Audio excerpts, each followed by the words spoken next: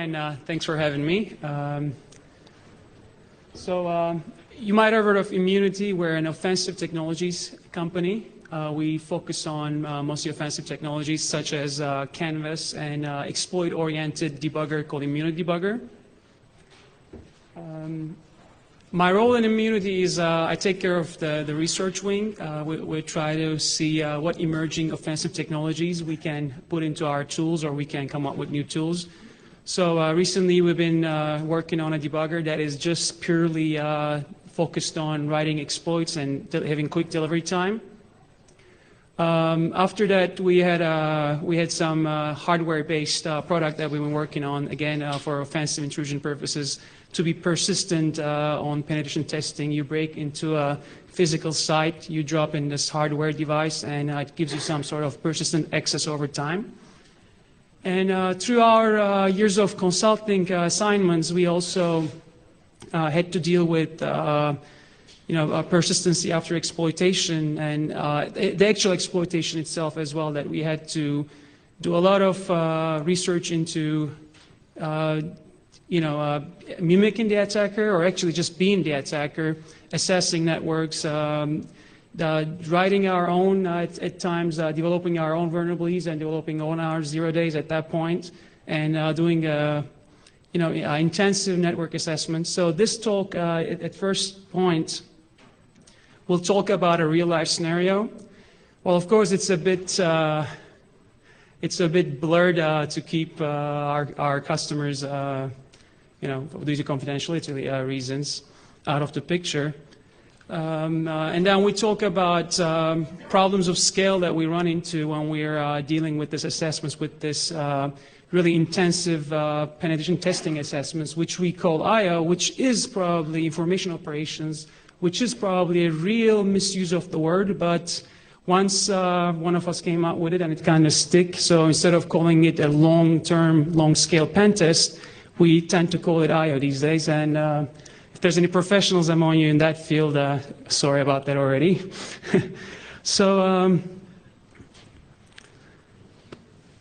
So we wanted to, in this real-life scenario, that it was a special assignment. It was with a special group of people, I could say, that has a high-level confidence in us. We knew on the executive level they were mostly on board with us. The difference between this scenario and your typical pen test was it was on a really long time scale. Basically, we did not have any deadline. The deliverable was whenever you can deliver something, or whenever you call it quits.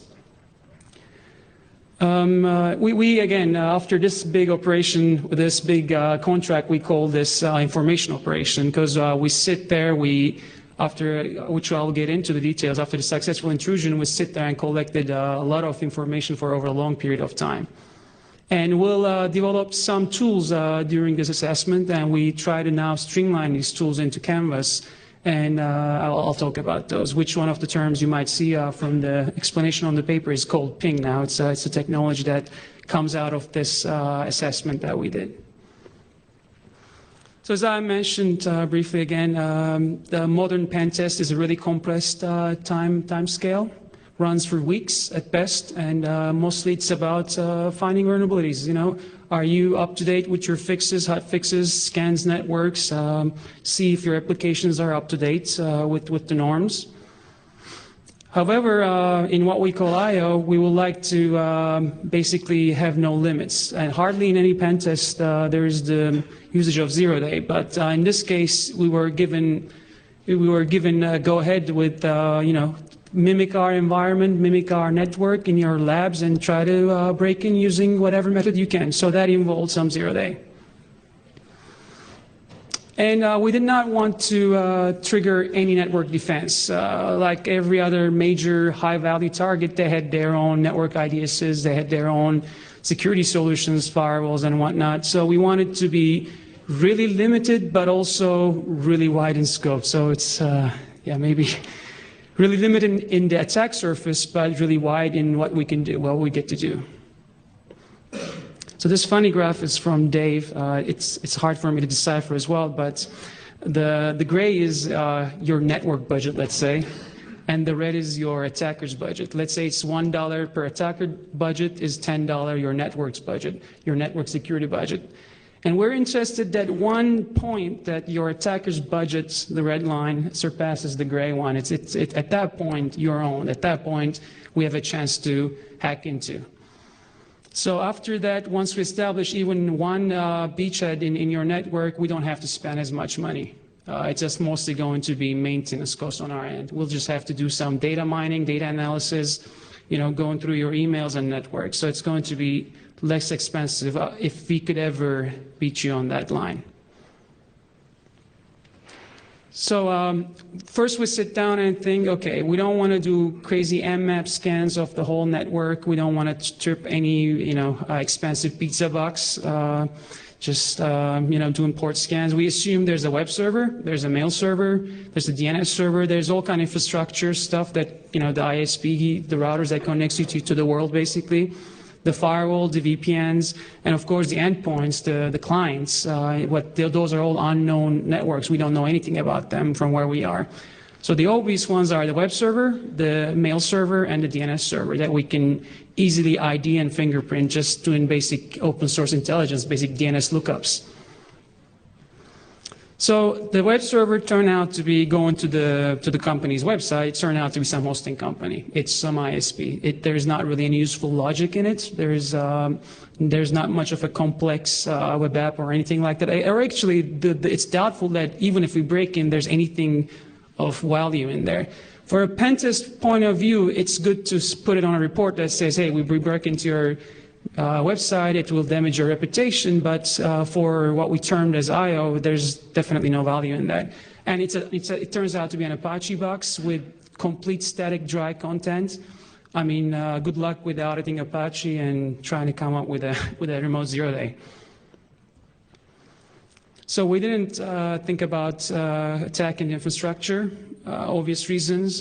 Coastal lab setup. All I have is in our lab is a Cisco 2600 from God knows how long ago, and they could have serious hardware that we can never replicate in a lab environment. And FX, if he's around, he would be the judge of that. I mean, he'll tell you that it is tough stuff. Reliable to make it reliably executable, to make it reliably work.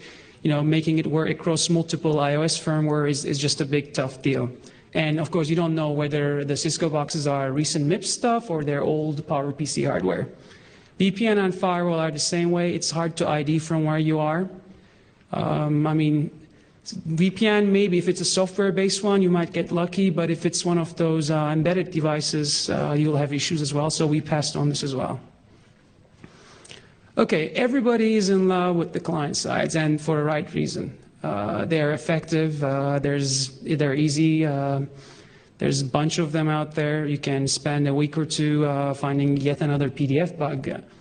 But again, one of Dave's funny slides, that's usually when you're dealing with client sides, you're on this yellow, big, wide yellow space.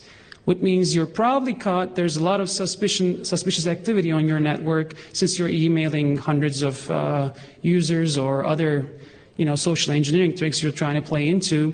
You're probably in that uncomfortable yellow zone and probably maybe even on the red one.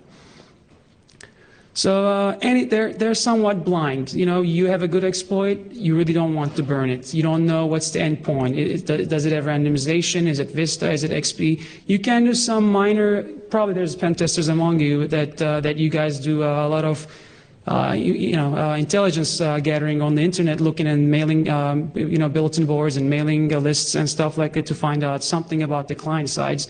But it's usually somewhat of a blind area.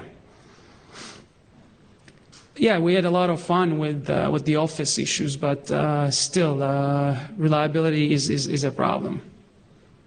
And of course, hard to clean up after them because if you want to do a clean job, stealth job, you have to go to the Exchange server and clean up all these spams that you just send out. So we decided to settle down on the MTA. And we did intensive versioning. Well, intensive is a stretch of the word. We basically we were lucky enough that they have the banners displayed by default. It could be turned off, but still after that we decided to do some, which I think part of mmap as well, some application layer fingerprinting. So we're sending a bunch of SMTP commands. We're looking for response strings and seeing that will, seeing if that would help us with IDing the type of product. We did not do any Class C scan, as I mentioned. We did not even do a port scan on the MTA. We know that they know about network filtering. We know how they know about using their firewall. There's no point in triggering anything. We know port 25, the SMTP port is open, so that's what we telnet to, and that's it. MTA gateways. So it turns out to be a gateway, not your Exchange or SendMail or QMail. Why? Because it turns out that every big corporation have MTA gateway for obvious reasons, for spam and AV filtering. And they're usually hard to fingerprint if you're careful about going into the configuration and turning that one little sneaky button that turns off the banner. But again, you can do some application level fingerprinting, and you can find out what the application is by the way it responds to broken SMTP commands, for example. This is part of Canvas now. It's just a simple tool called SMTP fingerprint.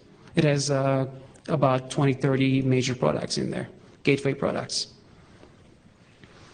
So we went to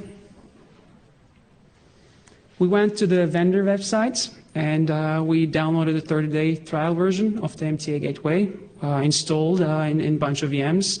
So it turns out to be that it runs on Windows only. That's a kind of a hint, but so we and certain Windows Server operating systems. So we had a bunch of combinations that we had to install it, but I'll come to that later. So apparently it's just a spam and an AV engine. The AV engine is just licensed, and spam engine is, I guess, that is also licensed or ripped off from some open source. Who knows? There's extensive file format parsing in AV. So it's been a known fact. There's, I guess, a recent Black Hat talk about how bad the AV is, and these guys found about 20, 40 issues in various AV products. So another fun thing that we find out is that since this is the mail server, it has to be high available. So there was watchdogs that when the server process goes down, it was automatically getting restarted. There was extensive exception handling. Whenever there's memory corruption, it was just silently handled. And whether if it goes on, it goes on. If not, the process gets restarted. So this gives you a lot of chance to exploit once you find an issue. You fail, you try again, and then everything is silent. So as I said, we modeled our environment really, really good in a bunch of VMs at first. But before the actual targeting, we installed on some real hardware as well. I mean, not this case, but language detection could also play into this. You have you have setup of various targets, which are Windows hosts, but they could also be various languages. So that's something to be considered when you're simulating such attacks. So there are exploits that I've seen in the past, Linux exploits from really creative individuals that were like product quality. So they did not really matter what kind of Linux distribution these things run on. They had amazingly complex logic that uses exploits, use all kind of memory leaking tricks, use all kind of really creative stuff that works all the time, always. So we didn't have time for that. We didn't want to do it that way. We just want to fingerprint our target environment as best as we can, thus cutting the exploit creation time by half, instead of having a really, really complex but foolproof exploit.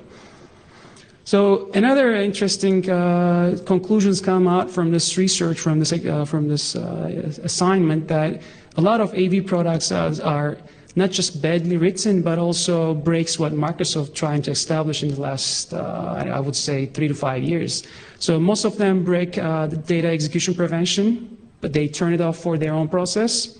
Most of them break safe ICH handling. Most compile with Borland, believe it or not, I guess, because they are old engines, and they started out with Borland and they kind of stick to it. And Borland means really, really insecure heap allocator. It's, of course, there's no GS, which is part of Visual Studio. So if you have an heap overflow and if it's compiled with Borland, you're easy. It doesn't matter if it runs on 2000, it doesn't matter if it runs on 2003. If it uses the in-house Borland malloc and free, that's the easiest heap overflow you're going to ever get.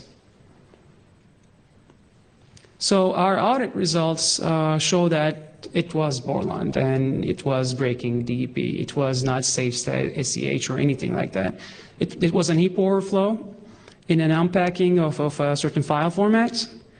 And later we find out that our good friend Alex Wheeler found this independently as well, and then later on the vendor had patches available for it. So again, another interesting thing, I would say beauty, if you're the attacker, is that you can just send these file formats as email attachments to the MTA gateway. It will get processed no matter what, even if you set it to a void user and a non-existent user or not. And there's usually not much trace left, even though the exploit crashes the MTA gateway. It will just say, well, encountering a problem and restarting. That's the only line that we seen in the logs. As I mentioned, that execution prevention was bypassed. We get to have a write 4, which is a mirror writes. If you know about heap exploits, we were overriding a pointer, taking over a function pointer and making it jump to heap and then running the shellcode there, which was no problem, even though the operating system did support DEP. Okay, so the exploit give us a Mostef shell. Mostef shell is the technology that is part of Canvas. It's just a shell, but it's extendable. It has its own in-house plugins, and it can run, I guess, over 40 different commands right now, from screenshots to impersonating tokens to jumping from one process to another, and so forth. But usually in a typical pen test, you're in the DMZ right now, and you would be trying to get into the internal network, which means doing some more scanning from the DMZ and just basically learning that they know how to use a firewall and not going anything from there.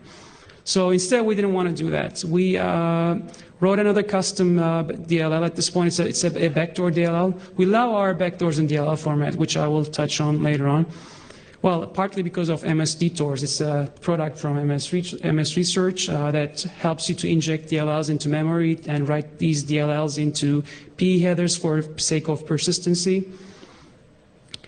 So we found some good hook points in the MTA gateway within the AV process. So we hooked those functions, and basically what we had is we get a copy of every incoming email. And what we did at that point is that we store these emails in an archive, again using a lot of nice Microsoft APIs. And also we scanned within the incoming email for a certain pattern. And if we see the pattern, we basically call back to the encoded IP address with a Mostef shell. So we stored email, and when there's a special email, we called back into Canvas. Thus, we downloaded the archive file, the emails that has been collecting over time.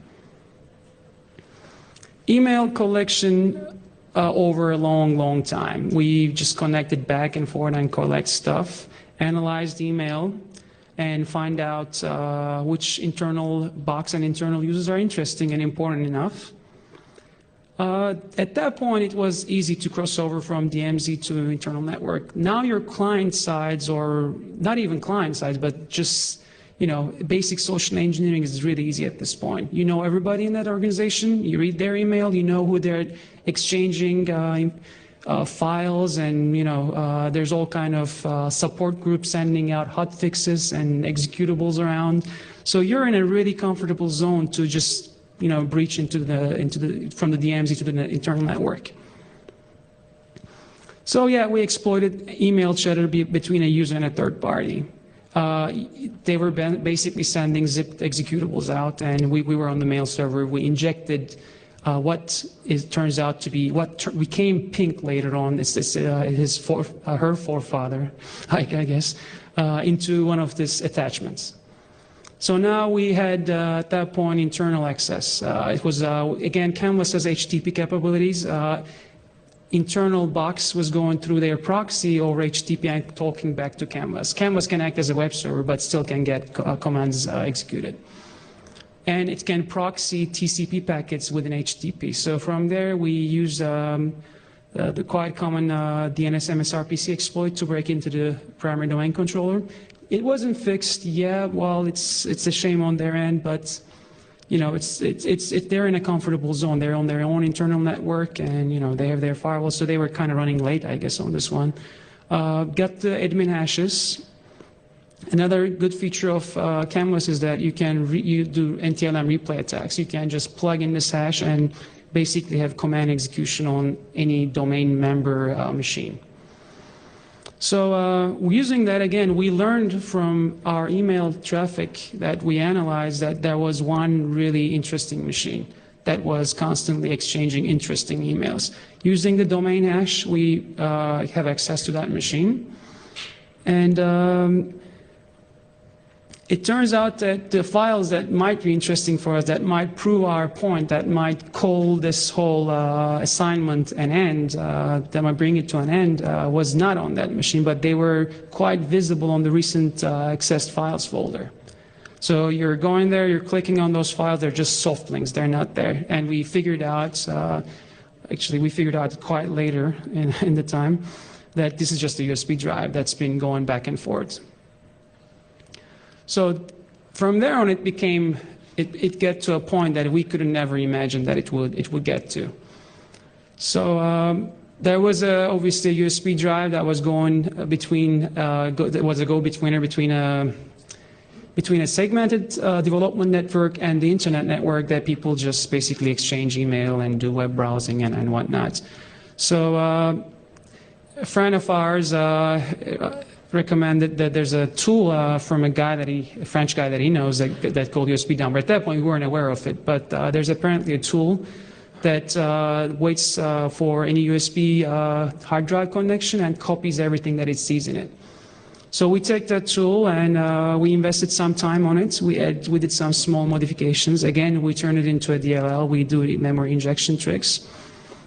We added some file tracking and some free disk space tracking so that, you know, we won't be caught just overfilling and copying over the same files again and again and again. And once again, a lot of time passed, and eventually we had some partial access to some really high value content for, you know, high value for them because they were trying to segment it off. So the breach vector, the most important breach vector, which I would say more than the 0-day itself, turned out to be a tainted USB drive. And we called it off. That was, I guess, as far as we could ever get at that point. So the conclusions we could come from this assignment was, other than, you know, it helped us develop new products and help us push those new products into Canvas. Other than that, we come up with some general conclusions such as, you know, antivirus gateways are terrible, serious security risks. You need them, but also, you know, all these complex parsers that comes with AVs are terribly written. That's a fact. I mean, again, I cannot stress enough the recent talk that was, I think, given in Black Hat Europe over a year and 40 vulnerabilities or something. So hardly 12 months and more than 40 vulnerabilities in various AV software. USB drives can be high-value targets, and this one gentleman was using it as a backup. And most importantly, that we find out for our sake, for the sake of our attack toolkit Canvas, is that relationship mapping is quite important. Not just finding out who knows who talks to who, but who talks, who sends what files to who, and those type of relational information is definitely important for IO simulation, for deeper penetration.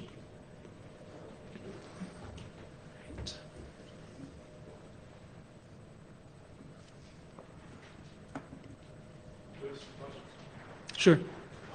Was the use of the USB drive intentional, or was it just they needed more space and USB was convenient? Did you get any of that information? I think I forgot to touch on that. He was having issues and wanted to email some support group. So, that was the go-betweener. That was, the USB drive was taking some stuff from there and taking it to the email box and then sending it out. Hey, this is what it spits out. Why is it doing that? So I don't know how common is it, or is there any way around it? I heard that you can color code USB drives. You can have some mid-range machines that do scanning of the USB drives before they go in between different networks. But I'm not really aware of a foolproof solution. I mean, yes, there are products that do endpoint security and whatnot. You cannot plug in certain devices to them and all that. But USB drive, USB backup hard drives are completely legit devices. You need them to store data, for backup purposes and all that. Oh, okay.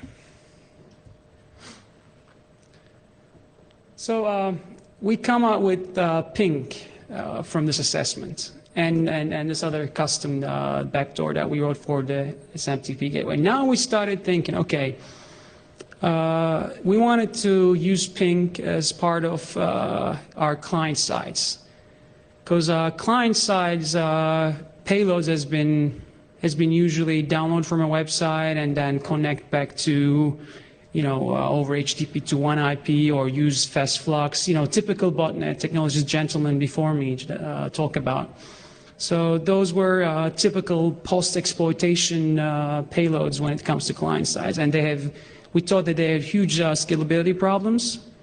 So yeah, you penetrate 100 machines with 100 boxes with client sides, but think about 30 million or even more.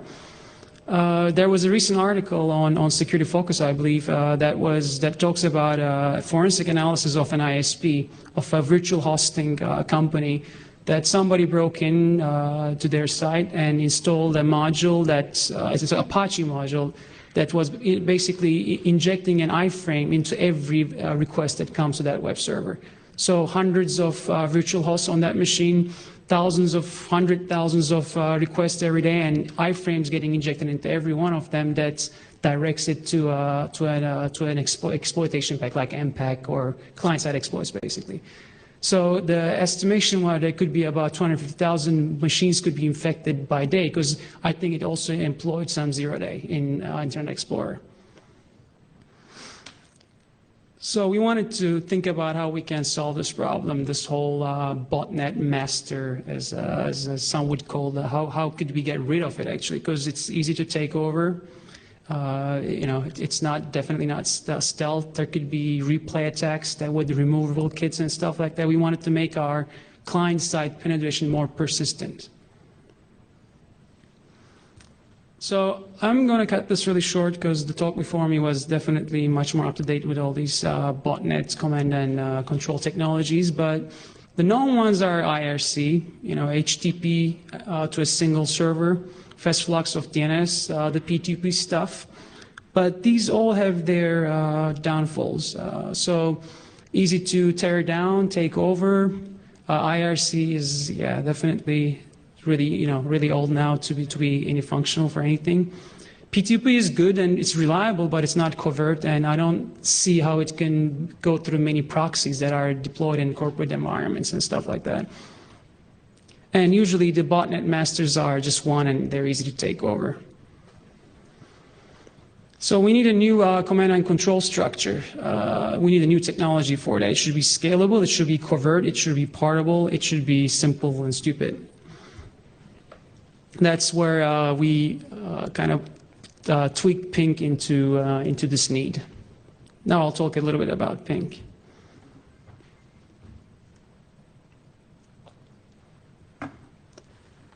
Again, our incapable graphing skills. So client sides, a bunch of targets, doesn't matter how many. They basically go to search engines. Which I'll get into details, but we picked the blogs. We picked the blogger.com. And so basically the post-exploitation, let's call it a drone or a Trojan, is basically going to this blog sites and searching for a specific exploitation time embedded string. So if it finds that string, it assumes it's a dead drop, that is put there by the command and controls master, the botnet master, let's say, into that dead drop. But of course, it needs to verify it if it's legit. If someone disassembles this Trojan and then finds out what string that it looks for, it can replay these things. So basically, we use RSA at that point. We signed our dead drops. When you find the trigger string, it verifies the signature, and then it decodes what is in the dead drop, and then basically does that. There's a bunch of commands, and as you can see to the left, there's listening posts. So these are just some of the commands that you can make your drones connect to somewhere, whether it be Canvas technologies, Canvas callbacks like Mostef, or doing some HTTP request, or downloading or uploading files to those listening posts. Or you can completely be silent about it, just make them execute stuff and post these things as comments back to blogs. So you don't really need a master, if you want to call it a master. So make them do things, and then make them post these responses as comments to the same blog that it finds that drop. As I said, the blog searching is the current thing that we're using, but it could be any search engine. It could be not just a search engine, but any website with searching capabilities like bulletin boards. A good thing about blogs are that they're indexed really fast. You don't need to wait for some spider to come and crawl around and find your text and index it. So they're almost indexed right away.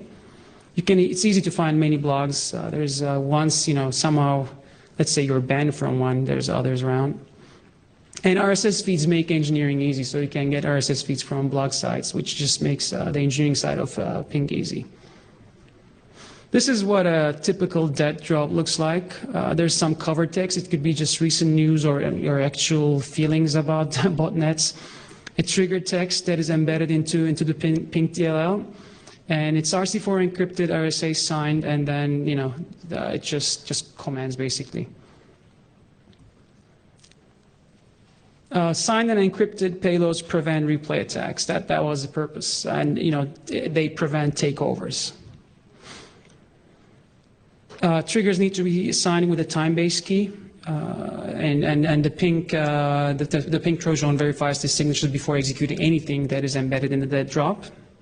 You can use random words for triggers, or you can use the common news of the day. It could be something about Britney Spears or Raul Castro, who knows.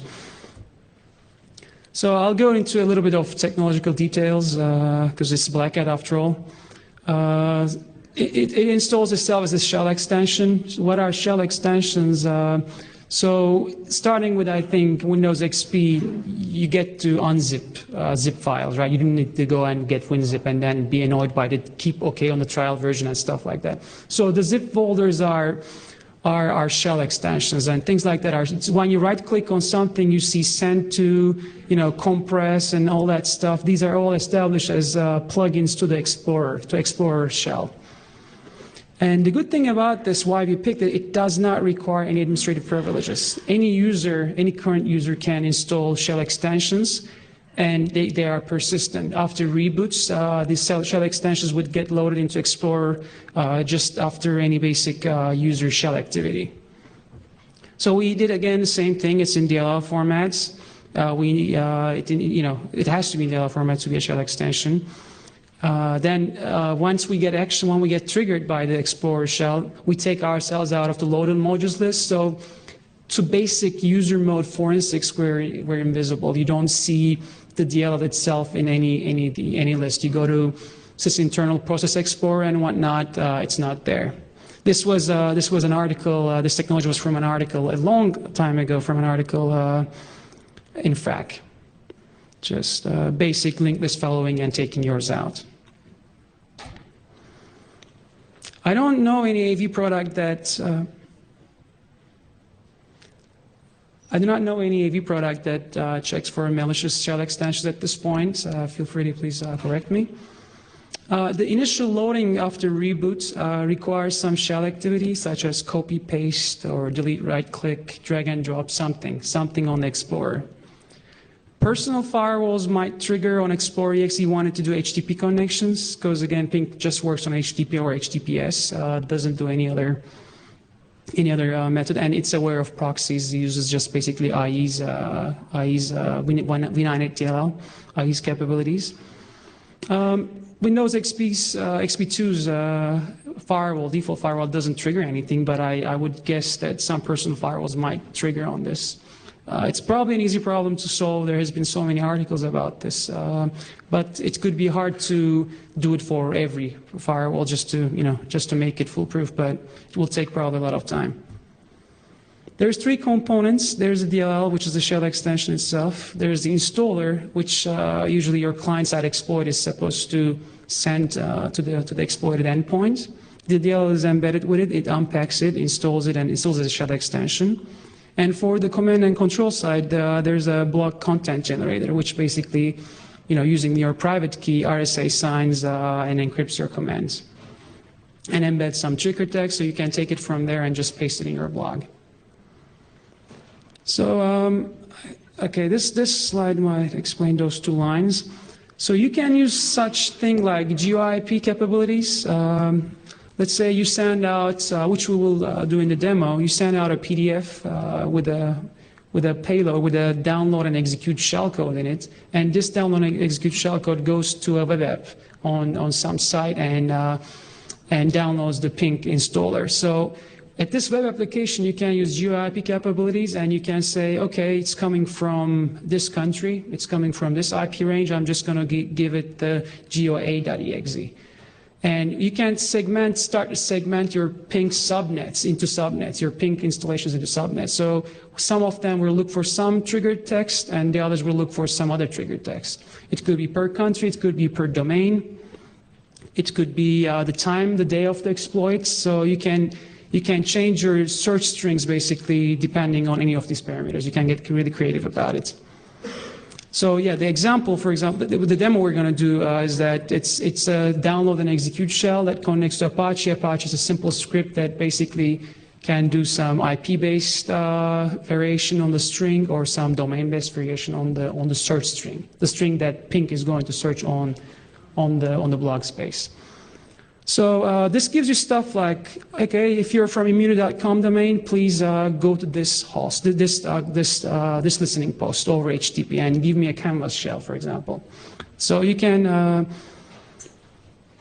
break your targets into subdomains like that, and then increase their survivability in that regard.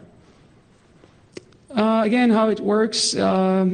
The internet searches are on some timer. When the timer expires, it's 2 hours, I think, by default, but it's configurable. It checks for user activity, so there has to be some keyboard or mouse activity. Why we do that? We don't want connections to the internet, especially to blogger.com at 4 a.m. from any desktop in any corporate environment. So we wanted to see there's some shell activity going on, and then we connect and check for our string, and then find out dead drop, verify the signature, decode it, run what it says, and again sleep on the timer. Essentially, this is what the screensavers use to kick in, if there's activity or not. So these are the current commands. There's a bunch of callbacks. We had to, of course, integrate this product into Canvas, so there's a lot of Canvas callbacks, which I will demo. There's download from a URL and execute, or load library. The execute just blindly execute what the string says. Upload files or folders into a URL, whether it's over FTP or just with post requests, HTTP requests. You can do key logging. You can update itself. You can, again, send a command, a URL that will download itself and then replicate itself. We're thinking of adding, just importing basically the VB scripting engine of Microsoft and having some scripting in the commands itself. Right now, you can write a script into a file and then execute it, but it shouldn't be too tough. So it's in the conclusion about ping is that it's in beta state. It should be in real soon if you're a Canvas customer. It's hard to detect and monitor, I would like to believe. It could be easily retargetable for any given search engine, blog, or bulletin board, or anything like that. It can use just Google or Yahoo itself, but It will probably be expensive computational wise. You will have probably a lot of hits, and then you'll have to go one at a time. So blogs seems to be just more refined when you do search. And basically, when it comes to the command and control side of things, it does not require anything. There is no command and control master. There's no drone master. You don't even need to talk or connect to your drones. They can just do what the blog says and then post the results back into the blogs. So our setup is we're using the PDF reader exploits for the bug, at least that was disclosed maybe a week or two ago. It does the shellcode is really simple. It does a URL download to cache file. It downloads the ping installer into the IE cache and then executes it. Again, ping installer extracts the DLL, injects it, writes it into registry as a shell extension and cleans up. So at this point, you just need, after the installation, you need a user activity. So you still need a right click somewhere or just a click and drag and drop. Some activity has to happen before it starts running. But we assume it happens. All right.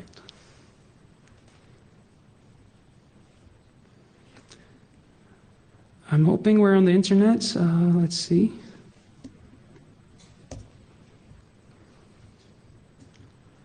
So I just pasted some stuff from CNN, and then at the end you can see I just embedded my text, that drop. It's not really stealth, but you can play with it. You can make the text in white, and it will never show. Oh, good point. Sorry, I didn't catch. Oh, okay. Okay, thank you. Okay, I think we're on.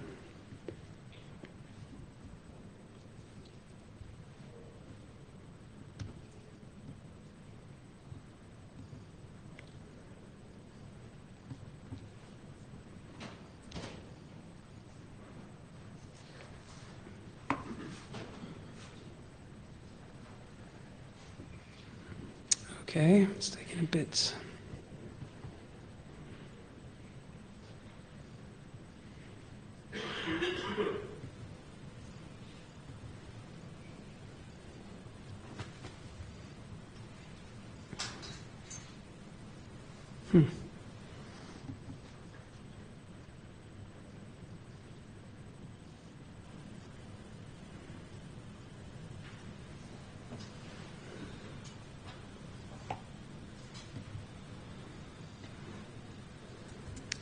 Okay, that will be our XP up-to-date client. Well, the Acrobat is not up-to-date.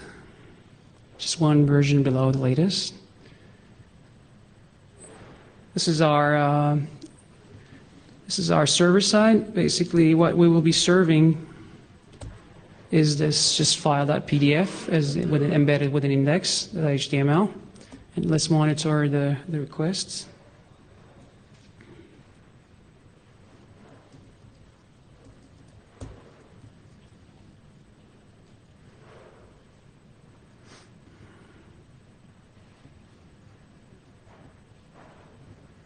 Second.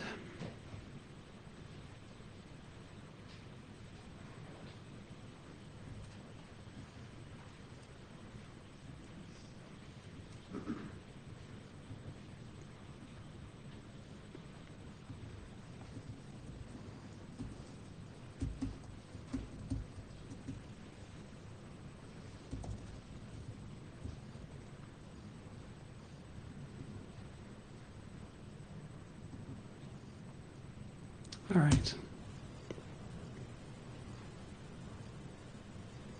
Okay, let's go to the server side.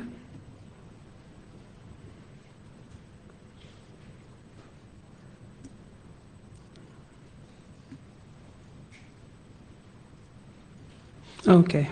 As you can see, there was first the request for the index, and then file.pdf was served, and later on, ping.exe was served. So this was part of the shellcode that was embedded in the PDF file that again asks the same server that the client-side exploit was served for the payload. So we go back to our XP machine. Now, Pink is installed as a shell extension, but it's not running. You just need to have some sort of shell activity. So this will do, for example. Or just clicking, double clicking will do. Now, if all is all right, it should be going to the block site, looking for black at pink demo, and looking for recelebrated part as the trigger string, and taking out this base64 string over here, decoding it first, and then verifying the RSA signature. And what it does is that it's supposed to send some canvas callbacks, and then also an HTTP URL download and execute on the Linux machine. So again, we go back here. As you can see, we see the request. This was part of the commands. The get./h was part of my embedded commands in the blog. And if we go to the listener shell, as you can see from the listener shell, it connects back to Canvas. You can just run, for example, get directory. And then let's do a directory listing as well.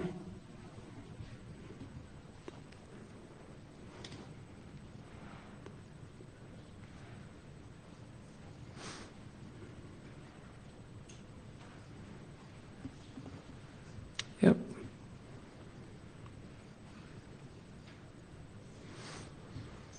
So we did not serve anything from the URL request, but if we had an H file, it was going to execute it as well.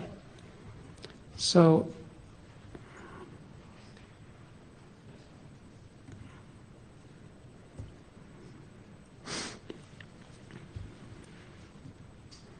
going back to the slides.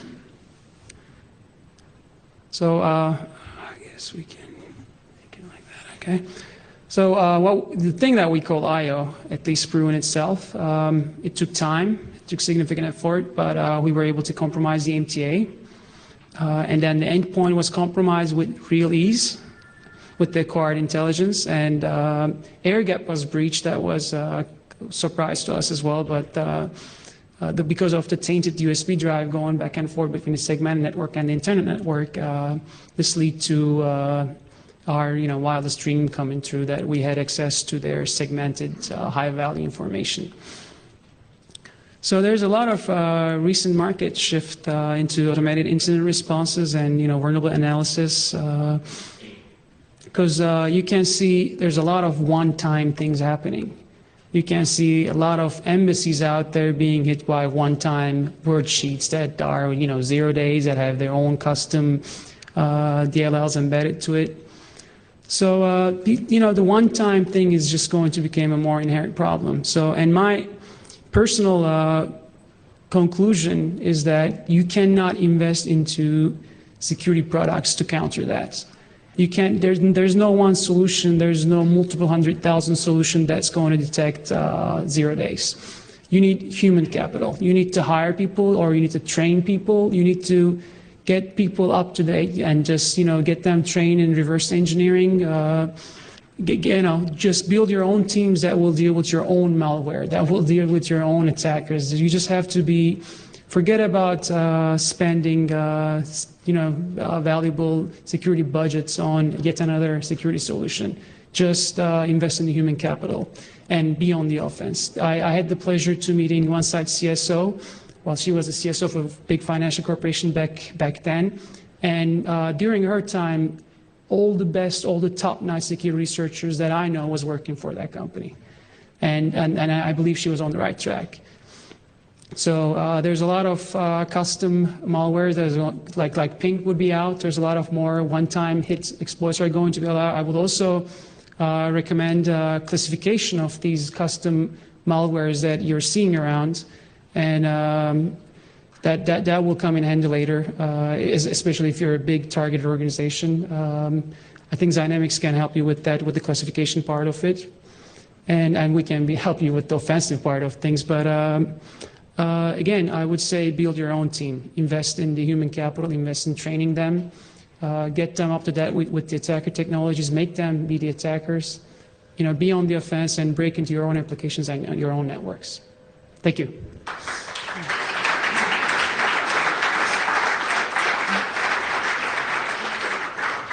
I can have questions if there are any.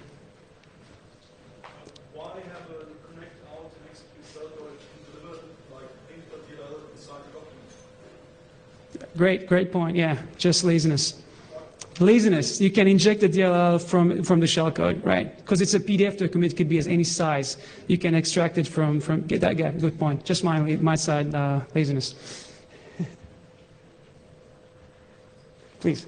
You're going to build a remove function in it, so when I'm done with my shell, or I'm done with the assessment, you can get rid of all that. You mean cleanup? Clean up, yeah. So delete itself at the end of the assessment.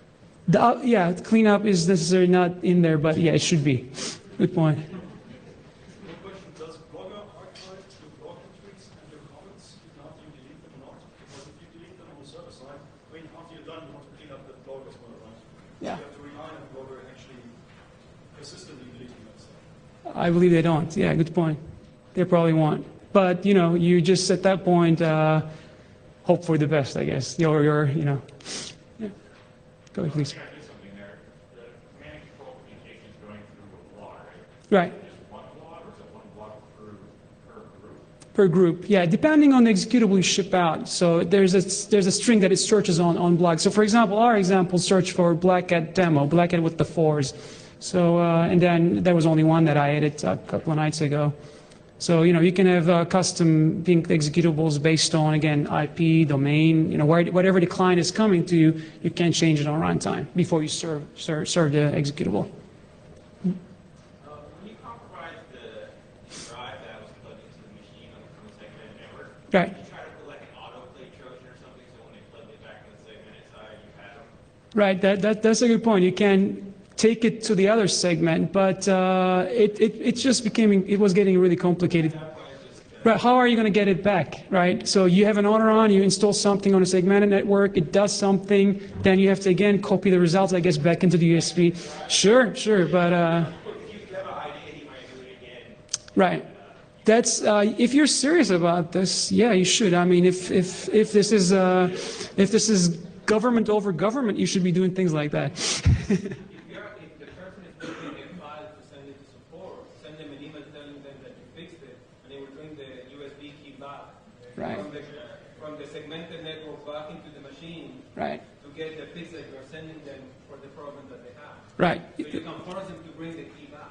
Right, and you know what the tool is, right? You can even backdoor the tool on a segmented side and things like that. Yeah. How long did the whole Aitel operation take? Long time. It wasn't like everyday thing because we were waiting for collection and stuff. We go on with our daily lives and our other jobs, but it took a long time. How much did it cost? On our end, I mean, I cannot say what we charge, but I could guess every full-time day you work is probably $1,000 per head, something like that.